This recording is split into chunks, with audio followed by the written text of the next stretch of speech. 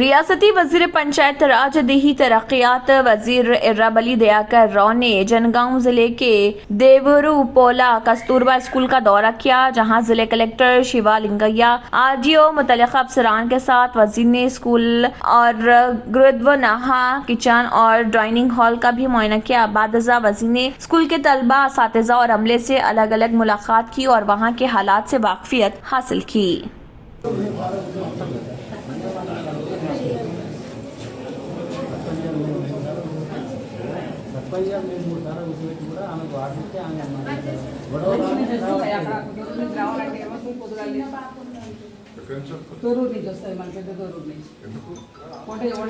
رواں مہینے اکتوبر کے آخری 3 دن حلقہ اسمبلی منوگڑھ میں انتخابی سرگرمیاں عروج پر پہنچ جائیں گی اور مختلف بڑی سیاسی جماعتوں کے جلسے عام منعقد ہونے والے ہیں۔ TRS، کانگریس اور BJP جلسہ منعقد کرتے ہوئے رائے دہندوں تک رسائی حاصل کرنے کی کوشش کر رہے۔ ریاستی وزیر ہریش راؤ اور KTR گراؤنڈ پٹس کی رپورٹ پر پارٹی حکمت عملی کو از 9 مرتب کر رہے۔ TRS 30 اکتوبر کو چندور منڈل کے بنگاری گڈھا میں بڑا جلسہ عام منعقد کرنے کا منصوبہ رکھتی ہے، جبکہ BJP بھی 31 اکتوبر کو جلسہ عام منعقد کرنے کا ارادہ رکھتی ہے۔ اس جلسے میں پارٹی کے خصوصی صدر JP نڈا کی شرکت متوقع ہے۔ BJP نے ضمنی الیکشن کے لیے ایک میگا انتخابی منشور بنایا ہے اور حلقہ سے کامیابی کے بعد 500 یوم میں اس منشور کو نافذ کیا جائے گا۔ دوسری طرف کانگریس قائد راہل گاندھی نے مکتل سے اپنی بھارت جوڑو یاترا دوبارہ شروع کی۔ اس یاترا کے دوران حلقہ اسمبلی منوگڑھ پر بھرپور توجہ مرکوز کی جائے گی۔ بتایا جاتا ہے کہ کانگریس قیادت نے 1 نومبر کو شمس آباد میں راہل گاندھی کی منوگڑھ کے پارٹی قائدین کے ساتھ خصوصی نشست کا اہتمام کرے گی۔ راہل گاندھی 31 اکتوبر کو یاترا کے دوران منوگڑھ حلقے کے ووٹرز سے بھی اپیل کریں گے۔ بتایا جاتا ہے کہ راہل اس یاترا کو ایک پلیٹ فارم کے طور پر استعمال کریں گے اور حلقے کے رائے دہندوں سے کانگریس امیدوار کے حق میں ووٹ دینے کی مؤثر اپیل کریں گے۔ پولیس نے سری نگر میں قرآن شریف کی مبینہ طور پر بے حرمتی کرنے کے الزام میں ایک شخص کو گرفتار کیا۔ پولیس کا کہنا ہے کہ گرفتار شدہ شخص ذہنی طور پر معذور لگ رہا۔ سری نگر پولیس نے اپنے ٹویٹر ہینڈل پر ایک ٹویٹ میں کہا، سری نگر کے خان مسجد گوجوارہ میں بے حرمتی کا ایک واقعہ پیش آیا جس میں ایک شخص نے قرآن پاک کو پانی میں پھینک دیا۔ ٹویٹ میں کہا گیا کہ ملزم ارشاد احمد میر ساکن ملورہ سری نگر کو شبانہ چھاپوں کے دوران گرفتار کیا گیا۔ پولیس کا ٹویٹ میں کہنا ہے کہ گرفتار شدہ شخص ذہنی طور پر معذور لگ رہا اور اس ضمن میں پولیس اسٹیشن نوہٹا میں ایک کیس بھی درج کر لیا گیا ہے۔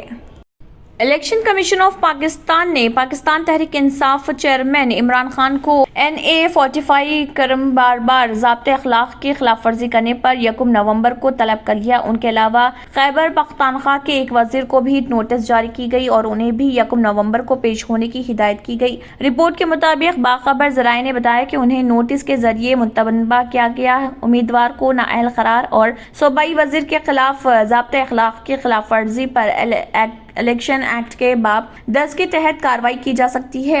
ACP کی جانب سے کارروائی district monitoring officer Abdul Rauf Khan کی رپورٹ موصول ہونے کے بعد کی گئی۔ رپورٹ میں کمیشن کو بتایا کہ KP کے وزیر برائے ریلیف اور آبادکاری محمد اقبال پر ضابطۂ اخلاق کی مسلسل خلاف ورزیوں کے باعث 30,000 روپے جرمانہ عائد کیا گیا تھا جو جمع نہیں کرایا گیا۔ امریکی خلائی ایجنسی ناسا کے سیٹلائٹ نے سورج کی ایسی تصویر لی جس میں اکثر تمتماتا نظر آنے والا سورج بھی مسکراتا ہوا نظر آ رہا۔ تاہم ماہرین نے تصویر میں نظر آنے والے سورج کی اس دوستانہ شکل کو بھی وارننگ قرار دیا ہے اور کہا کہ سورج سے زمین کی طرف الٹرا وائلٹ شعاؤں کا حملہ ہو سکتا ہے۔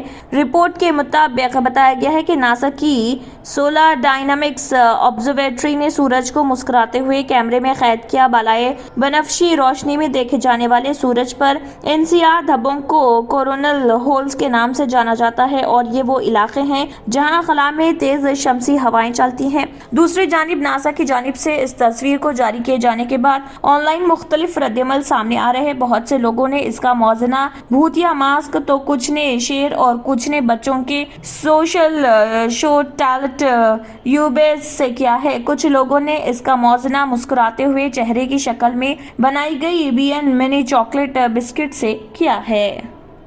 اگر آپ نے ہمارے چینل کو ابھی تک سبسکرائب نہیں کیا ہے تو یہاں پر ریڈ کلر کا سبسکرائب بٹن دکھ رہا ہے، اسے کلک کریں اور ہمارے چینل کو سبسکرائب کیجیے اور ساتھ ہی ساتھ بیل آئیکن کو بھی کلک کیجیے جس سے آپ کو تازہ اپڈیٹ ملتی رہے.